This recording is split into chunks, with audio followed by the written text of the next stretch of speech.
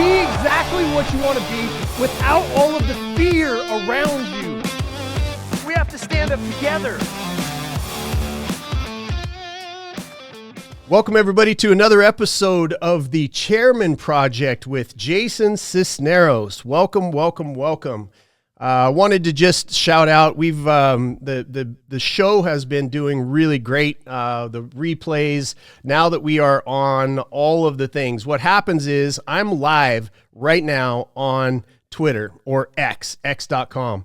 at the J Sisneros. And at the top, you'll always find last week's show pinned, and then come around Thursday or Friday, you'll see it pinned to the top for the show that we're going to do on Saturday, which we do live every single Saturday, 9 a.m.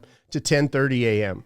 And it's just been a great show. If you're there live, which I highly suggest, at the end of the show, what happens is we go off a screen here and we do a Q&A with the audience that happens to be there live. People bring their business ideas. I have special guests. Like today, I've got Tony Watley in the house. We've got our traditional co-hosts, Sid and Tony and Joe Callow, the president of Anton J, my consulting company, is with us this weekend. And there's great conversations that happen. So make sure you do your best to come and join us live.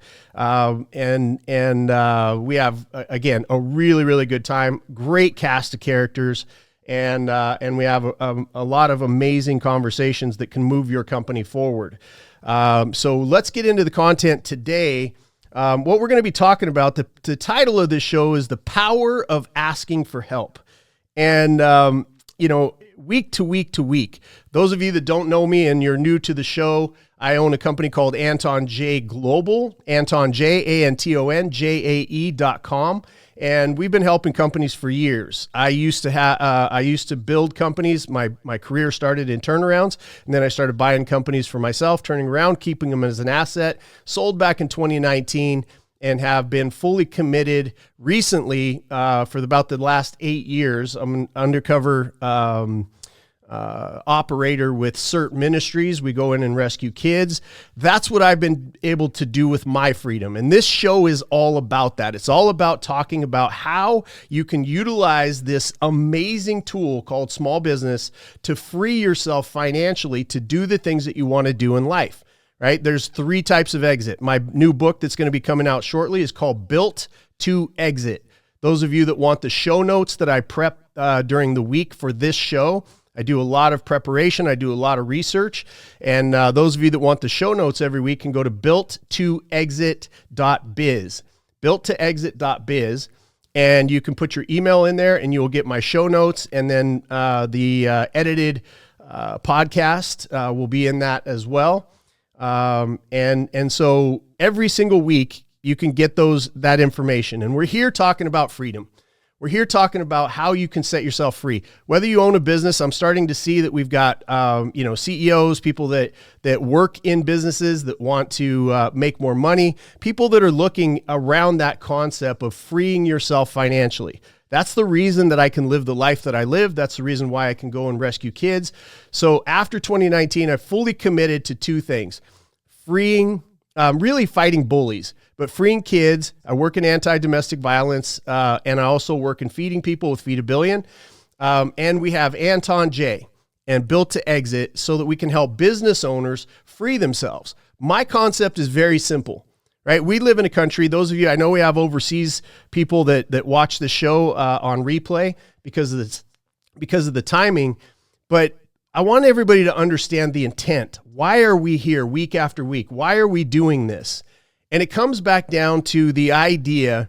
I did a podcast this last week with a presidential candidate, and he was asking me really great questions, right? And I think it's our duty, it's your duty, it's my duty to pick up our civic duty to be able to give feedback to the people that are supposed to be representing us. We've got it a little upside down in our country right now, where the people that are leading the country, it is a company, by the way, but that are leading they've forgotten that they work for us, right? And it just goes back to a very simple concept, an amazing, beautiful document called the Constitution.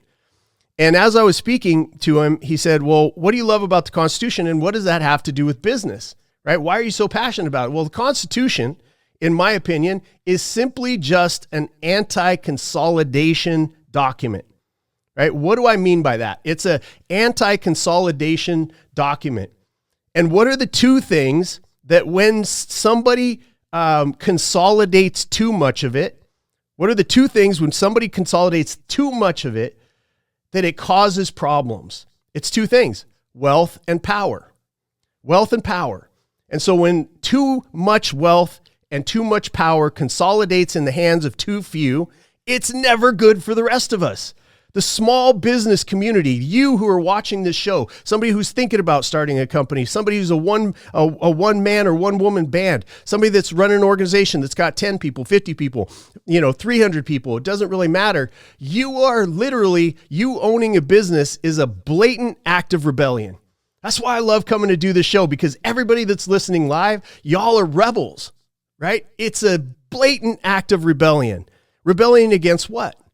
The consolidation of wealth and power in too many. You're fighting against it. We have 33 million companies in this country, in the United States of America, that are designated as an SME, small to medium-sized enterprise. That simply means 0 employees to 499. You get over 499, now you're a large enterprise. Okay, but that is an act of rebellion, right? That's an act of rebellion. And it started back in 1890 with a simple act, the very first time in the human history that a centralized government stood up to the consolidation of too much wealth and power. It was happening in our country. Everybody's like, oh, what changed the world? 1776. No, it wasn't. It was 1890 with a simple act called the Sherman Act that said that the business playing field needed to be fair and equitable to anybody that joined, so that you could keep that consolidation of power out of too many, because you've seen it in countries, in history. If you read a history book anywhere throughout history, you see when the wealthy and the powerful, usually they're merged together, then bad things happen for the general electorate.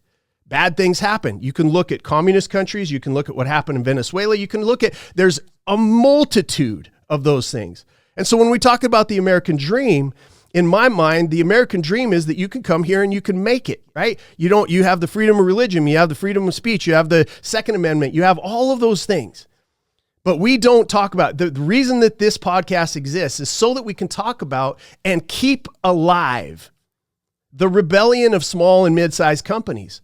All that means is that with you owning your business, and why I'm so passionate about talking to you and giving you tools and bringing you amazing leaders and bringing you amazing conversations, is so that you understand and can take those tools and keep free, not to go out of business, right? We have a terrible track record over the history since they went back and started measuring it. 95% of companies fail. We need to change that number. 95% of people. So I'm talking to the 5%ers. Right? I'm talking to the 5%ers, the rebels of this country that have this belligerent refusal to be controlled. That's you. If you're listening to this, if you watch this, if you watch more than one episode of my show, you are not a compliant person. You're not going to fall into line. You are engaged in an act of rebellion with your small business. Independent access to capital is one of the core tenets of freedom. Independent access to capital, to be able to make your money, to be able to look yourself in the mirror, to be able to start a small business and to play the same game that the multinationals are playing, and to play the same game that the people that are wealthy in your neighborhood and have built something and are employing people. You are part of the 60% of the GDP of the largest, most powerful economic engine in history, the United States. You are responsible for 60% of the hiring. You are not insignificant. And the world tries to tell you that you are insignificant and tries to tell you just because you're one.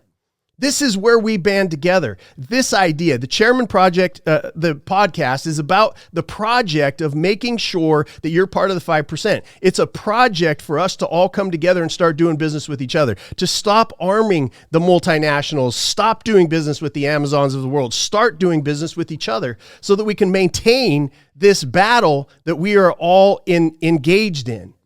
And so for you to understand that concept and understand you are part of a bigger crowd. I look back to what happened during COVID, and I saw our leaders and I saw the multinationals band together like they do in every failing society since the beginning of time, band together to protect each other. And I watched 33 million companies get told that they were non-essential. It pissed me off. And then I was like, okay, who's standing there? Who's battling for these people? Who's coming together? Who's standing up? Nobody. You had people in government who really have never run a business and don't understand how. They're spending the tax dollars by 60% of the GDP that was created by you and me and all of our brothers and sisters around this country that have the guts to start a business and to risk their houses, their credit, their reputation, to have a chance, to take a chance at playing a game that 95% fail at. And it pissed me off. And it's made me go, okay, let's see what representations are there out there, right? What this is going to grow into, what it is growing into is something that I'm calling the UBA, the Unstoppable Business Alliance, where we all gather together, we make sure that each other survive, we help each other, we learn the best tools and skills that we possibly can to have this thing to be able to set you free. You being free is the reason that this podcast exists. You, the person listening, the person watching this on replay or on iHeartRadio or Spotify or wherever you're going to end up hearing my words, it's about you. You are part of this battle. And we don't find each other because we're busy, right? The fact that somebody shows up here, the people that show up here live, that they take an hour and a half out of their day to learn is an extraordinary responsibility that I take extremely seriously. Because this is our act of rebellion. It's us doing business with each other, buying the stuff that we have to sell, whether it's HVAC or whether it's coaching or whether it's business consulting or whether it's yoga or whether it's somebody running for president who's always here on this podcast. Whatever it is, we've got to do business with each other. But we're busy, and I understand that. And so the content is targeted towards you. I know I've walked this path. I've walked this path in my own life. I started a company, I failed. I started a company, I failed. I started another one, I failed. And then I got the awesome opportunity to travel the country with Tony Robbins as one of his speakers, and I got to meet the most incredible business minds in the world. I modeled what they had. I kept exactly what I did to fail in each one of my bankruptcies. I combined those two things together, and that gave me the opportunity. And this is what I want to talk about. The Constitution stands for three things: liberty, justice, and prosperity. That's the whole idea. Through anti-consolidation strategies and methods and thought processes. Liberty, the very act of being free. We don't know how lucky we have it.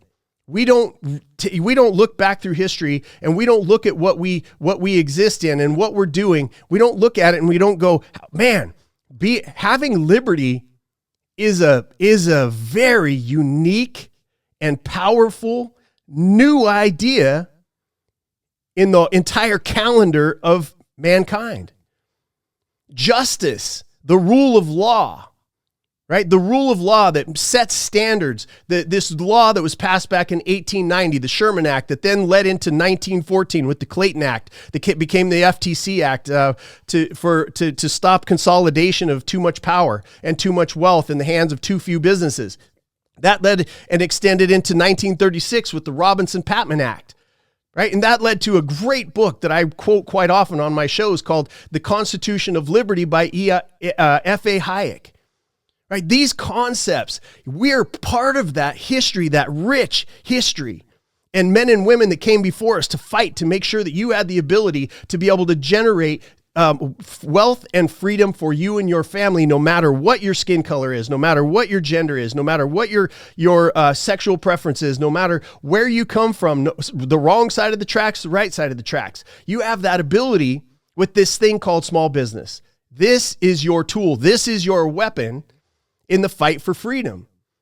And I don't hear anybody talking about it from this perspective. I don't hear anybody speaking loud and proud about the fact that we are the ones that are the economic engine to this country, to the economic freedom for the people. Why so many people want to come here? Why so many people that are here fighting day in and day out? They're risking to be able to start a business. I have so much respect. And I'm honored to be a part of this community where we all fight the same battle. but we have to come together. These live shows, come and be a part of the party. Come and be part of the conversation, because it's important that we're talking to each other. It's important that we know each other exist. It's important that we do business with each other. Yes, it might cost a little bit more money to do business with somebody that's not a multinational, but guess what? If it's cheaper for about 5 years and then all of a sudden you're out of business and you can't do business, and at the end of the day, you don't have enough money to buy that cheaper stuff. Was it really cheaper? Is it really cheaper for us to trade our independent access to capital for some convenience of something showing up on our doorstep 1 day later or 2 days later, for it being 20% cheaper? Or what is it really worth us trading in our sovereignty and our freedom to then eventually just play this out, y'all? Play it out to the end. Play it out to the end and see that you will either be working for or begging from a multinational that is coordinated with a corrupt centralized government, right? We got to be that rebellion.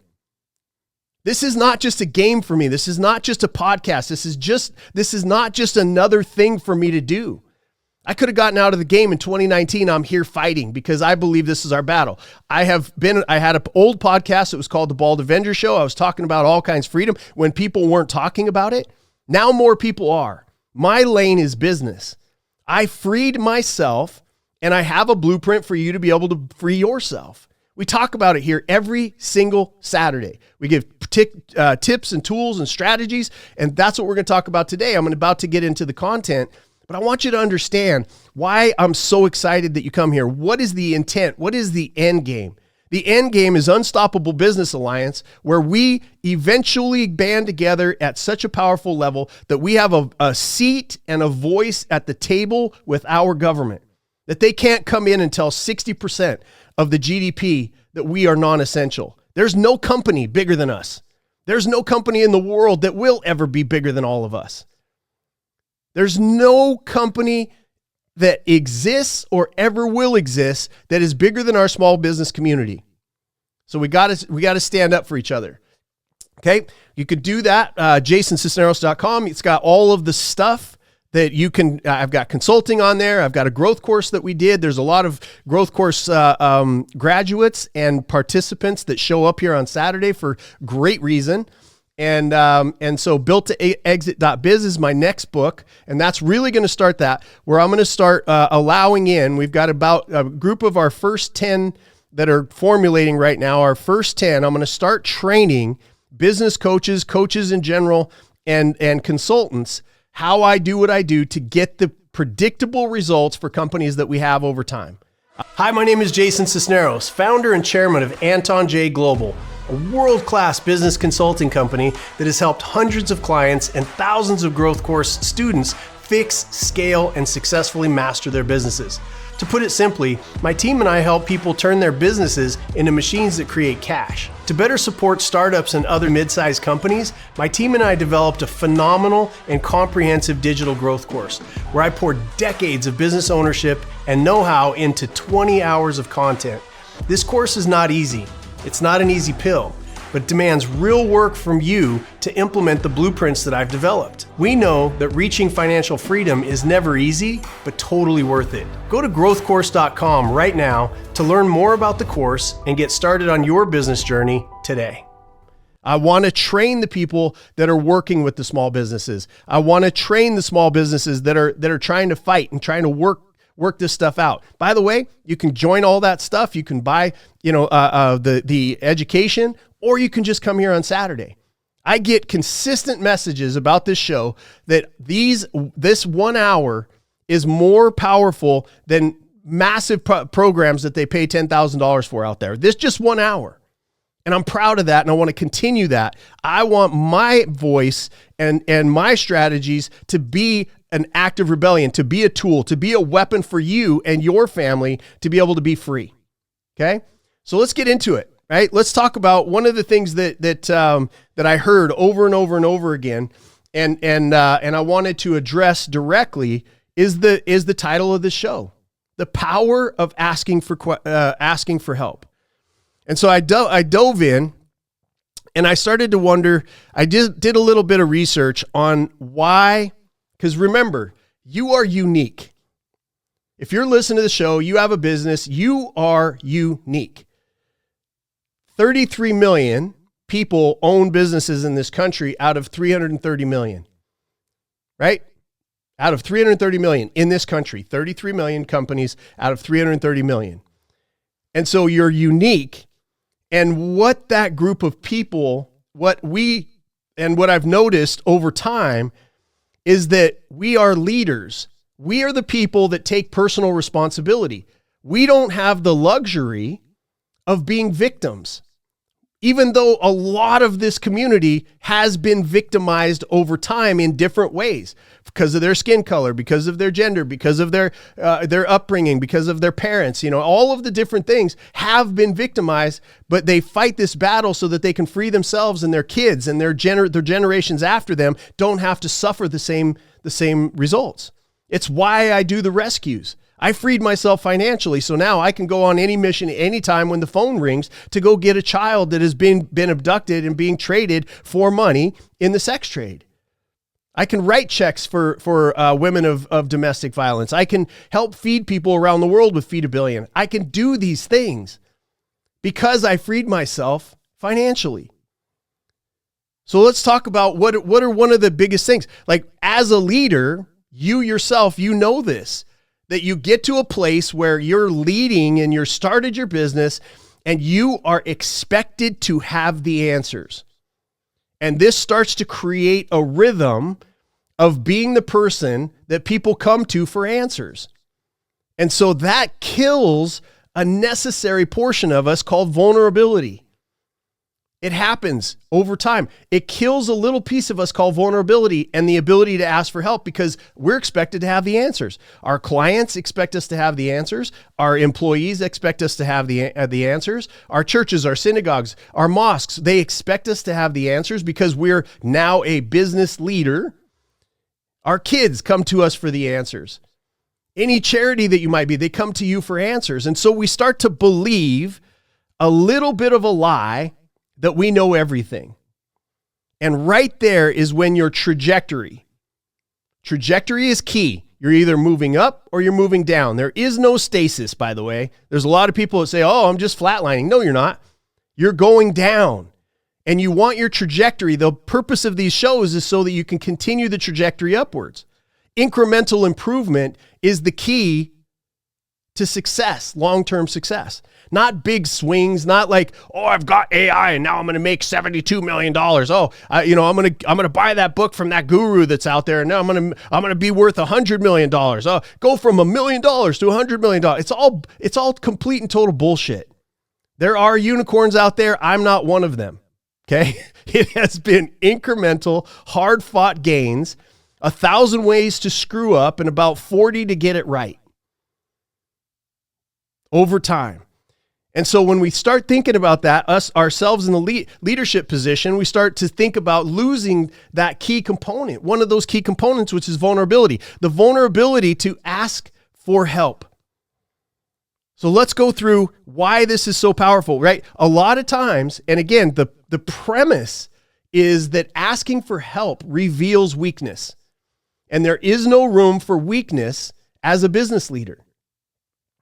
Think about that for a second. We can't reveal our weakness because we can't reveal weakness to other people. But I want to go through there. It's important that who you reveal that weakness to and how you reveal it is as important as knowing that it's a key part of your success. So let's go through a few of the reasons why you might be afraid to ask for help. Fear of judgment. Deathly afraid of being judged. Deathly afraid. And remember, the flip side of that is there's a hashtag that I'm well known for that is nobody cares.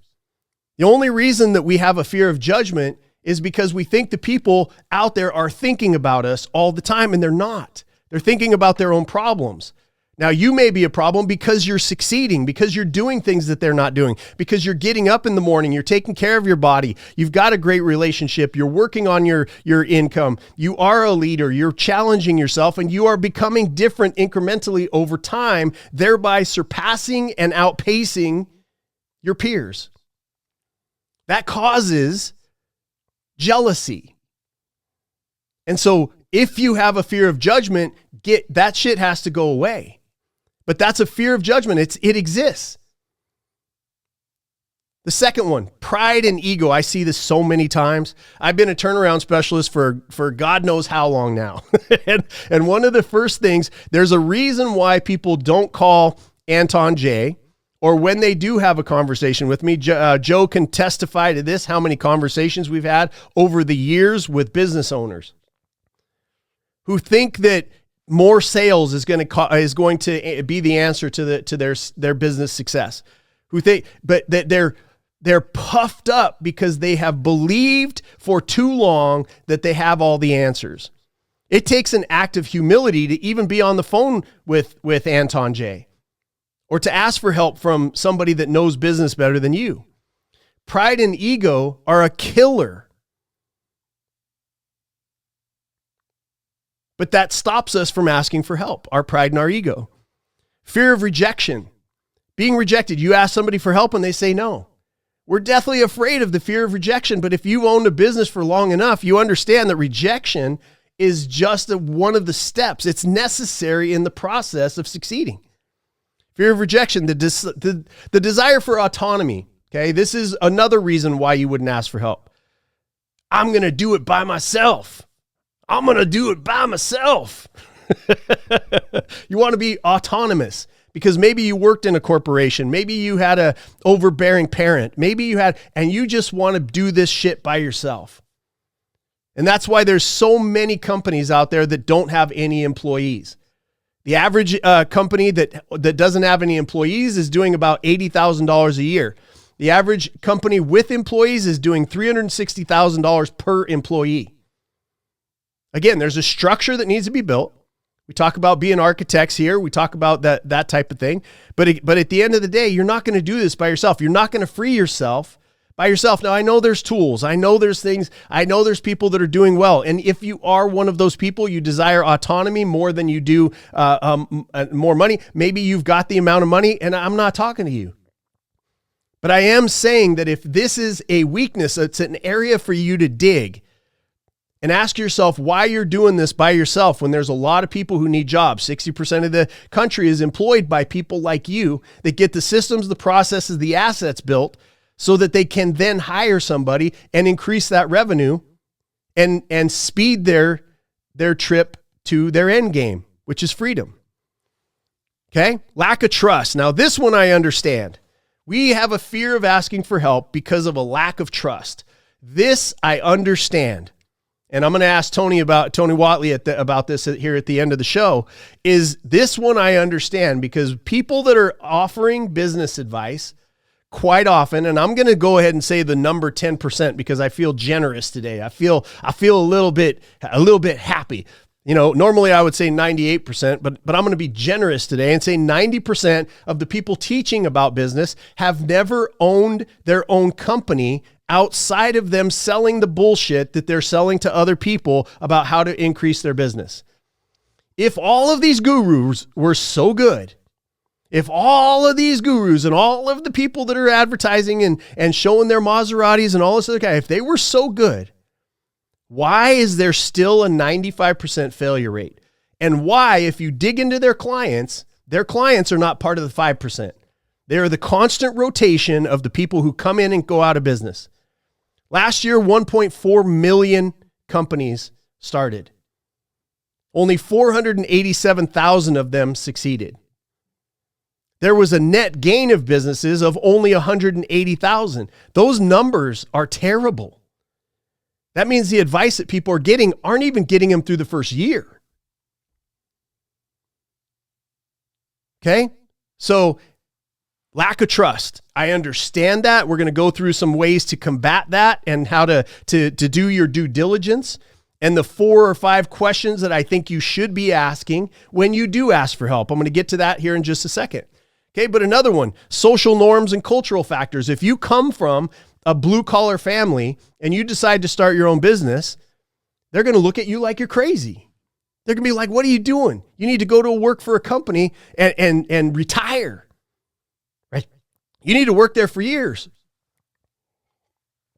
Because that's the social norm or the culture that you came from. All you have to do to avoid that, by the way, is to join a community like this. We're all crazy. We are all crazy. 33 million companies, right? In a 330 million person country. We're a little bit different. We're a little bit off. We rolled the dice on 95% almost guaranteed failure. To have the slightest chance of being the 5%. Not wanting to burden others. We don't ask questions. We don't ask for help because we don't want to burden somebody else. Because we are self-starters. We do take personal responsibility. Lack of awareness. Okay, this is a big one. This is another big one with companies out there that think that they don't need help. It kind of ties back into ego, but it's a little different. Because lack of awareness or denial, sometimes individuals may not realize that they need help or are in denial about their situation. I have a name for this. Joe knows it very well. The lack of awareness or the refusal to acknowledge the problem, we call them walking dead. We call them walking dead. They're companies that still exist, that they're still transacting, but they're just not out of business yet. They're out of business. It's like the zombies of companies. Revenue's dropping, people are quitting, key clients are walking out the door. They're walking dead. I built a career as the Lazarus for dying companies. The Lazarus, bringing them back from the dead, right? Which is a great storyline for it being Easter weekend. Right? That was my job, was to bring dead companies back to life or to help other companies. Now it's to accelerate companies that may be stuck, right? Trying to get to the next level, whatever it is. We just had an amazing, we actually broadcast last weekend 2 hours earlier than we normally did from a client that we've been working with for several years that is absolutely crushing it. Absolutely crushing it. You've got Bada Fulkerson out in San Diego, came to us, humility, right? Already doing really well. And then just accelerated their growth to free the owner. Dan Fulkerson, you can look him up. You can find any of these people, by the way, on my LinkedIn. A great tool for you to go to LinkedIn and look at people's recommendations. You can't fake that shit because those are real people, real companies, real people that you can reach out and ask questions of. Okay? So the fear of losing privacy, if you get too big and you become a target, this is why we have shitty leaders in our country right now, because everybody's afraid. Like normal people, the people that are listening, the people that are in this room, think about this to yourself. People that are watching this on replay, think about this for just a second. Even if you had a desire, let's say that you had a desire to say, I don't like the way that the country's going. I want to step up and do my civic duty. And I want to run for business, or I want to run for Congress, or I want to run for senator, or I want to run for president. And you look at that situation and you go, oh, I want to change the country, because ultimately you go back to what Benjamin Franklin said. You're supposed to go to government. It's supposed to be a sacrifice. You're supposed to set no laws against yourself. And then you're supposed to go back to private life. But now, think about it. Anybody that's in here, go leave a comment, right? Leave a comment. Would you run for public office today? And if the answer is no, this fear of losing privacy, because they attack. They destroy. I don't care. There are hate groups for Mother Teresa. And some people, if you haven't gotten over the fear of rejection, the fear of judgment, the fear of all of these things that we're talking about, why you don't ask for help, are the same reasons why there's no way that a sane person would run for office in this country right now, unless they're corrupt, unless they've got the money to cover their sins, because there is nobody walking amongst us that hasn't made a mistake, either business-wise, relationship-wise, drugs, alcohol, car crashes, DUIs, all of the things. But all of that stuff's going to come out in public, and the reason why you don't want to ask for help is because you might ask the wrong person, and they go, oh, guess what? Sally's asking for help. I think she might be having problems in her business. And so rather than asking for the help, guess what? We just don't do it. Past experiences. All right. This is a big one. The reason why some of us don't ask for help is because of past experiences. We asked for help. We got shitty help. It didn't help. Not only did it not help, it made things worse. Past experiences. This is where due diligence comes in and asking the right questions to get the help from the right people. Okay, past experiences. Don't judge the woman that you're with or the man that you're with right now by the one that you dated before. This was a big one for me. I'm now happily married to an amazing woman. And had I brought my baggage with me from past relationships, I wouldn't be in the relationship that I'm in right now. I wouldn't have the constant joy of waking up to the most amazing woman that ever walks the planet.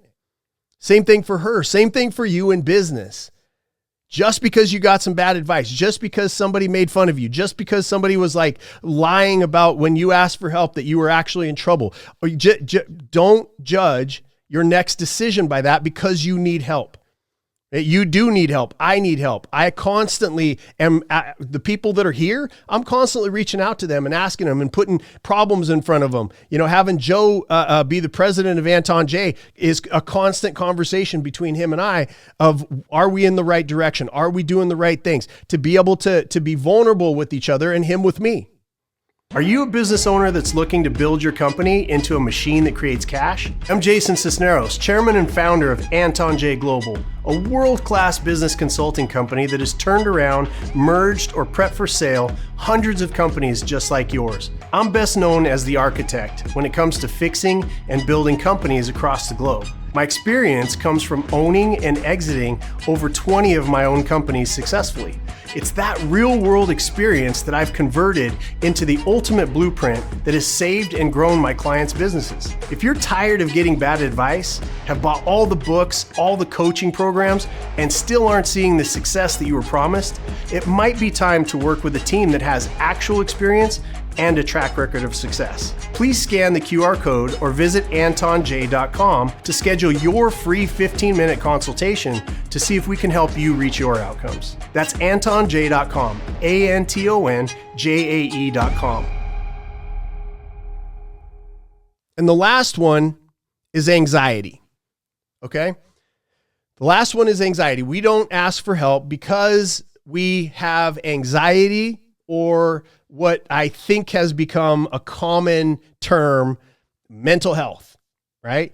We're constantly stressed out, and we know that when we ask for help, let me write this down maybe.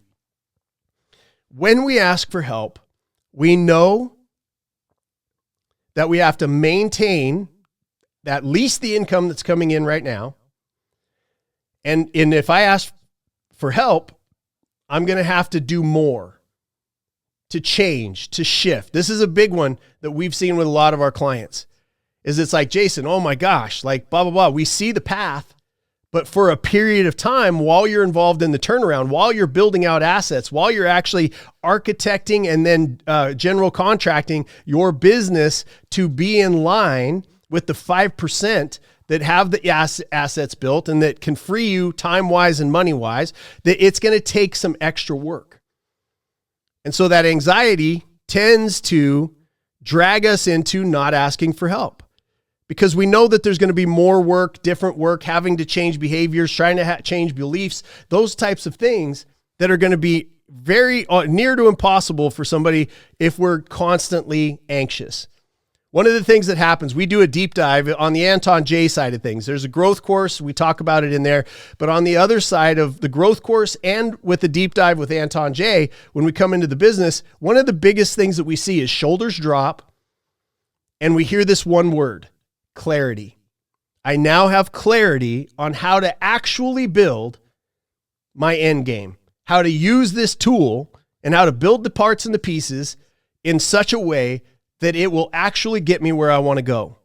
Instead of throwing mud against the wall, going to this seminar, buying that book, and having there be conflicting advice and conflicting ideas, right? You get a clear path. And clarity radically reduces anxiety. It's one of my favorite things that I see happen after we do a 3-day, very invasive deep dive with customers. I love it. And then the phone calls that we get and the emails that we get from people that like you that are listening live. There's a lot of graduates here actually today, and people that are going through it is your shoulders drop. the anxiety leaves, and you have clarity about how to do what you want to do. Okay. So, I want to talk a little bit about, I want to give you some stories from history. Okay. I want to give you some stories from history so you can see yourself. The great thing about stories is we can always see ourselves in it. Okay. And I want to talk, I broke it down into 3 people that didn't ask for help and what the outcome was. And I broke it down and then into 3 that did ask for help and how that helped them thrive. And you can see this in other people. You can see it around you. You can see all of the different things that are going on. But a lot of you know that I love the military history. And one of the ones that I studied and a while back that immediately popped to the top of my head when I started thinking about having this conversation about the fear of asking for help was Napoleon Bonaparte's Russian campaign in 1812. Napoleon invaded Russia without heeding the advice of his advisors and generals who were familiar with the harsh Russian winter and the logistical challenges it posed. His failure to seek and accept help and advice led to the catastrophic loss of his army and marked the beginning of his decline. Now, if you really read anything about Napoleon, if you read it, I haven't watched the movie yet. I'm sure it's historically correct. But if you read anything about him, came in, had a really great idea. Think about your business, right? Think about your own journey. Had a really great idea, gathered some people around him that thought the same way, that believed in the outcome and believed in the end game, and joined him. And what happened was he got more and more egotistical, and asking people for help less, and thinking that his ideas were the final word on success, which culminated in him trying to invade Russia at the wrong time of year with not enough people, and a whole bunch of mistakes were made because he didn't ask for help. He was getting advice from his generals. He was getting advice from people around him to tell him, let's not do that. We're going to get our asses kicked. And sure enough, he did it anyway and got his ass kicked. Custer, the battle at Little Bighorn, 1876. Custer's refusal to wait for reinforcements and his underestimation of the Native American forces led to a devastating defeat at the Battle of Little Bighorn. His failure to collaborate with other military leaders and seek additional support contributed to one of the most famous military failures in U.S. history. Failures can be historic. Then I wanted to bring it back to, this is one that I think about always, a lot of times. There's a lot of different examples of businesses that get into this mode, but one business that you will all recognize, and I mean, maybe not if you were born after, I don't know, some of you younger folks out there, you might not know the name of this company. It's called Kodak, right? Kodak was once a powerful, it was like the name. Like it was like picture Kodak, picture Kodak, picture Kodak. They were the standard. They were the biggest company out there. And it was a powerhouse in the photographic film industry. They failed to adapt to digital photography, despite having developed the first digital camera. Think about this. They developed, one guy in their company, by the way, this is a great story if you want to dig into it and read more about it. One guy came and said, look, I've got this digital, they created it. Kodak created it. Leadership's reluctance to seek external advice and embrace the digital revolution, fearing it would cannibalize their film industry, led to the company's significant decline and eventual bankruptcy in 2012.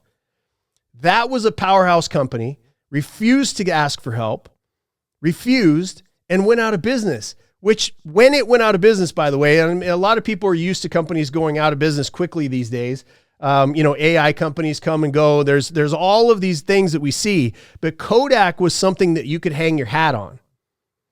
And they got caught up in the arrogance. They got caught up in the management instead of leadership. They got started to protect their little fiefdom instead of developing and maintaining and demanding a performance-based organization.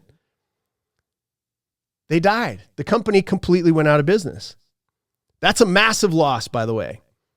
Then I had some people that I wanted to know, that came to mind when I was thinking about people that did ask for help. Henry Ford in the assembly line changed America. One of the first guys to ever think, if I pay my people that are on the assembly line that are working for me enough, ethical capitalism 101, if I pay them enough, then they can afford the thing that they're building, thereby creating an entire new customer base. Brilliant. Think about that these big multinationals are trying to pay people less. They're not only trying to pay people less, y'all, they are trying to replace people with, guess what? AI, robots, right? Technology, all those type of things. And simultaneously trying to push themselves away from the customer and what we desire, because they have an advantage with dirty, corrupt politicians that are setting laws that push away from innovation. Business is supposed to be creative destruction. Companies are supposed to come into business, get too big, go out of business. A small upstart comes up, takes their place. They're supposed to go out of business, and then somebody comes up. That's creative destruction. One of the greatest things that exists in the world of entrepreneurism. But you bastardize that, right? F.A. Hayek talks deeply about this in the Constitution of Liberty. But Henry Ford, while he's credited with inventing the assembly line, it was actually the result of collaboration. That's asking for help, by the way. Collaboration, asking for help. Collaboration, asking for help. And input from the various individuals, including key employees like William Clan, who, after observing the disassembly of meatpacking plants, suggested the concept to Ford. Ford's willingness to listen and integrate this idea from his team revolutionized the automobile manufacturing and solidified Ford Motors Company's success. Abraham Lincoln and his team of rivals. President Lincoln famously filled his cabinet with political rivals, including William Seward. This is amazing reading, by the way. Amazing reading if you want to go back and dig into the history of this, including William Seward, Salmon Chase, Edward Bates, who had opposed him during the presidential nomination by seeking their counsel, asking for help. By seeking their counsel and involving them in decision-making, Lincoln demonstrated an unparalleled level of humility and inclusiveness. Asking for help takes humility and requires inclusiveness from brains that are not your own, from ideas that are not your own. Leading the United States through its most challenging period, the Civil War, with wisdom and a multitude of perspectives. Then this last one is a really great story. Ernest Shackleton. Again, these are fun stories for you to stop doing the scrolling on Instagram and actually dig into some history when you get a chance. Ernest Shackleton's Antarctic expedition. Ernest Shackleton's ship, the Endurance, was trapped and then crushed by ice during the Imperial Transantarctic Expedition of 1914 to 1917. He and his crew were stranded on ice floes for months.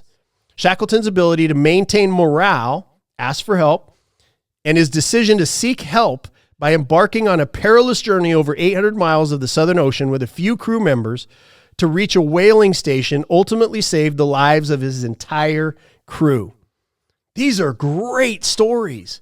The key words in there: humility, maintaining morale, seeking help, asking for help, listening, integrating ideas from other people, surrounding yourself with well-meaning folks, right? So let's get into what I believe the solution is, right? This is the note-taking part, right? So here's the questions that I ask. Before I ask for help, I know that I have to ask for help, by the way. I know that this is part of the entire journey for me. I know it inside and out. I know this to my core at a cellular level that I have to ask for help. I'm not ashamed to do it. I don't have any of those things that we talked about were the reasons why we weren't doing it, okay? I don't have any of those issues. I don't have a fear of judgment. Those of you that know me know that I absolutely could care less. Hashtag nobody cares, so therefore I'm going to do what I'm going to do. My pride and ego, I do my best. I'm very certain about the things that I know, but I can tell you that I do my best to exude the mindset of humility so that I can ask for questions. I am not afraid of rejection. As much as I like being by myself, I know autonomy does not help for changing the world. I do have an inherent lack of trust, but that leads me to the questions I'm about to tell you that you should ask. I do have an inherent lack of trust for many, many reasons, and it's healthy, by the way. It's healthy not to trust everybody. Blanket is ignorance, but to have a healthy trust but verify sort of mentality is extremely helpful. Social norms, could care less. I came from nothing. I was broke. My family was broke. I stood in line for government cheese and with food stamps with my mom, watching her be embarrassed. So I could care less about the social norms. Not wanting to be a burden to others. I will never be a burden to others. When Joe can testify to this if he wants to come up and speak here in a minute, but I don't unload my problems on other people. A lot of times people are telling you their problems over and over and over again, using them as an excuse for non-performance. Lack of awareness or denial. Some people would say that I can be in denial sometimes, but I think that you have to have a little bit of denial or the crazy ones, that change the world, but also balancing that with measurement and asking for help and asking for feedback from people that think completely opposite of you. Fear of losing privacy. I lost my privacy a long time ago. You know why? Because I wrote a book. I wrote a book that outed myself, and then I constantly did podcasts talking about the mistakes that I'd made. Because I don't want anybody, if you hear something about me, I want you to say, he already said it. He already told us that. It's already factored into my decision. Okay. Past experiences have informed me to be intellectually. We're playing a sport that's an intellectual sport, and my past experiences have informed me not to be afraid, but to be more wise. Okay. And anxiety and mental health. Some of you may question my mental health sometimes, but at the end of the day, I live in joy. That's my home. That's where I spend most of my time. And that's where I demand that the people around me have that as their home as well. Okay. So here's the questions, and then we're going to get into Q&A with the rest of the crew that is live and on stage in Twitter.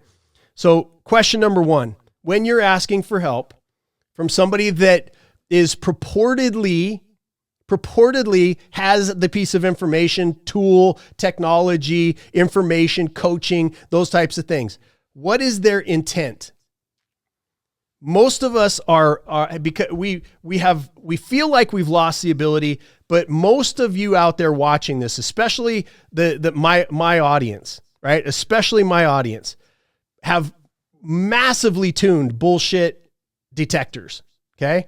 And you can tell what somebody's intent. Are they intending to make a sale to you, or are they intending to help you? What is their angle? It's another great question. What's your angle? Is your angle, now if I'm paying for advice or I'm paying for help when I'm asking for it, what's their angle? If I'm asking for advice from a friend or from somebody that's local to me or whatever it is, what is their angle? Right? What are they going to benefit? Is their information, because if you're selling, I'll just use the guru industry for just a second, okay? If you are hiring somebody that's a business coach or business consultant, then you have to ask yourself, what's their angle? And their angle should be, and your business should be, around 3 principal questions. How can I help somebody make money? How can I save them money? Or how can I radically, measurably improve the quality of their life?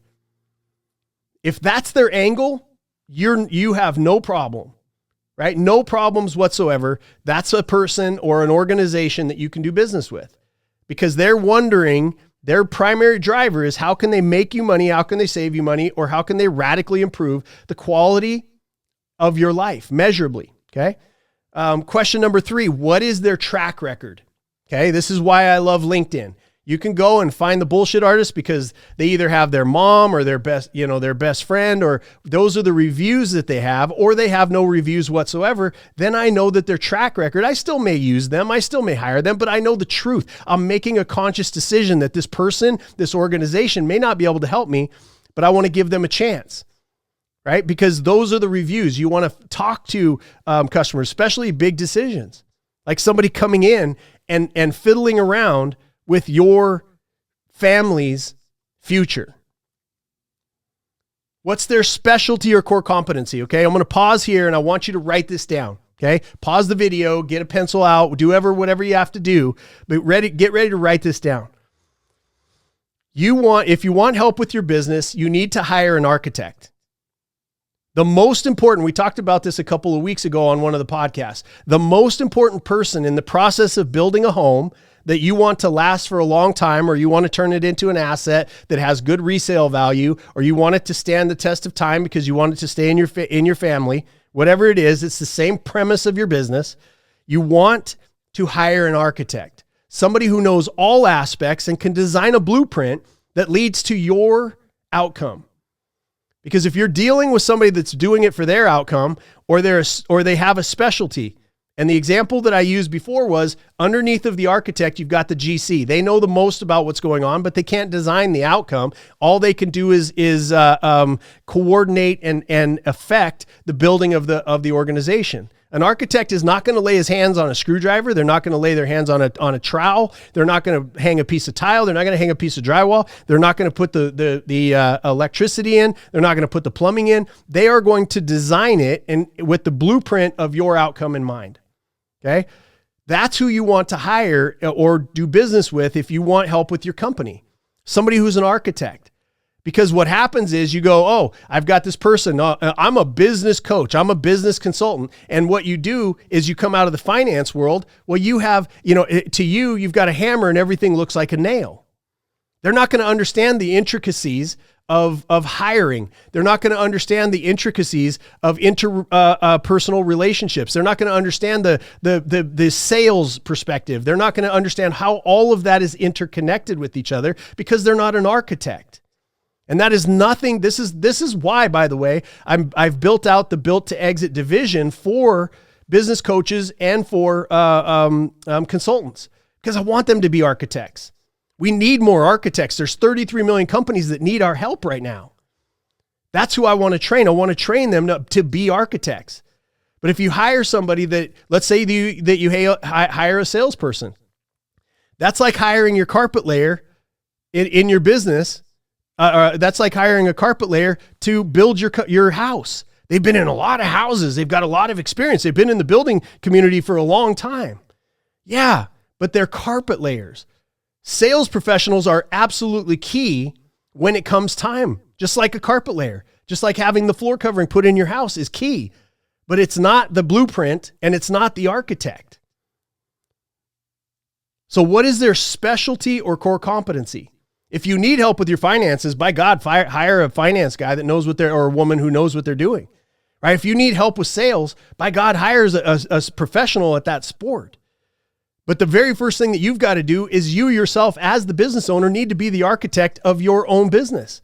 And if you need help with the architecture and the strategies, then hire somebody that knows how to do that with all of those pieces in mind.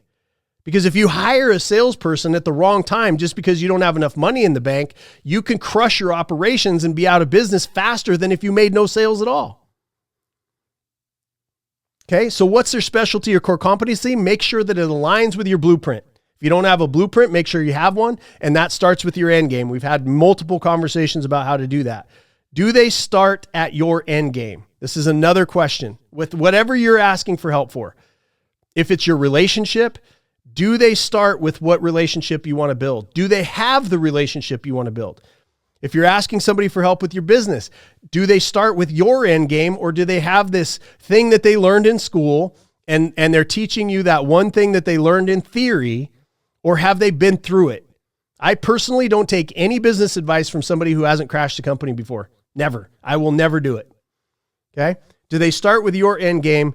And the last question is, are they an architect? And again, your physical body, let's say that you're trying to get six pack, you're in a relationship and you want your marriage is going south and you need help with it. Are they an architect? Do they know? Do they have the results, and have they architected a successful end game that you are trying to achieve? Those are the things that you need to ask yourself constantly. Those are the questions that I ask myself, and I know that they'd be of use to you. With the premise, okay, I'm going to wrap up here with understanding that the premise is you've got to ask for help. Now, we've gone through all of the reasons why. We've gone through all of the reasons why you wouldn't ask for help, the reasons why you should, the results both militarily and in business of not asking for help.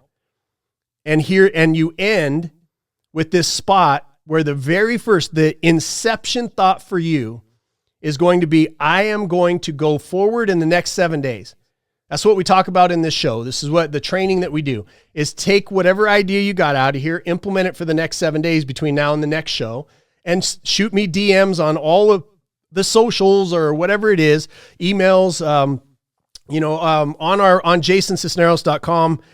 By the way, there's a little blue box at the bottom of all the pages when you go to jasonsisneros.com. If you need help from anybody on my team, you just fill in that box. It pops up a Calendly, and you can set an appointment to talk about your business or ask for help or, vet a decision that you're getting ready to make.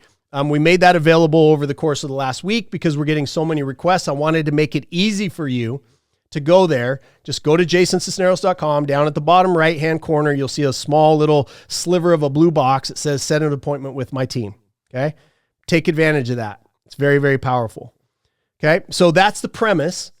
And then ask yourself those questions that I said, the 6 questions that I brought up, and I'll read through them again. What is their intent? What is their angle? What's their track record? What's their specialty or core competency? Do they start at my end game? And are they an architect? Okay, those are the 6 questions. And do make that decision that you're going to ask somebody for help over the course of the next 7 days. It's crucial to your success. So I'm going to wrap it up there. Again, thank everybody. I'm going to go to my live audience here. I'm going to stop the podcast. And again, make sure you join us live. But I want to say thank you for everybody that's here live. I want to thank you for everybody that is watching this. You all sharing this information with people that you know that need it is restoring my belief in humanity. we all know we got sold a bill of goods. We all know that these multinationals are eventually going to put us all out of business, right? The Walmarts and the Amazons and all of that. We know that is going to eventually drain the ability for us to have independent access to capital. And we know that takes away freedom from us, from our family, from our future generations. And so you're all rebels. You're all rebels. We are the act of you owning a business and staying open is a blatant act of rebellion. And you can quote me on that. Your belligerent refusal to be controlled is something that I love about you. That's why you're here. Week after week. That's why you watch these podcasts. These are not easy podcasts. They're not some, comedy show. They're not some entertaining movie that is sapping your time. This is adding value back to you so that you can modify your behavior, thereby modifying your results. And I just want to end the same way that I always end, which is with a giant thank you. I'm humbled. It excites me. It makes me do better research. It makes me work harder. It makes me have better conversations to know that every Saturday I've got to come here and deliver something that's going to help you move forward. We can also, we've got the growth course, which is 28 hours of the greatest business content you can ever find. We got Built to Exit for those of you that are coaches or consultants and you want to get better at your trade. And you've got jasonsisneros.com to see whatever else that we're doing. You can see where I'm going to be speaking live. You can see what podcasts I'm going to be on. I love you guys. I love this community. We're building towards UBA, Unstoppable Business Alliance. All of us doing business with each other that will have our own representation at the seat in Washington, D.C. That's where this is all headed. That's why I'm still playing this game. I don't like bullies, and I believe that we have multinationals, big companies, and a centralized government that is looking at 60% of the GDP, and they're making a bad decision that they want to control us through our economics. I'm not going to let that happen not without a fight anyway. I'm not going to let that happen without a fight. So thank you all very much. Make sure that you share this. Make sure that you follow on whatever it is that you like to follow on. Join us on Twitter at the J Sisneros every single Friday, 9 a.m. to 10:30 a.m. Thank you very much and have a great day. Peace.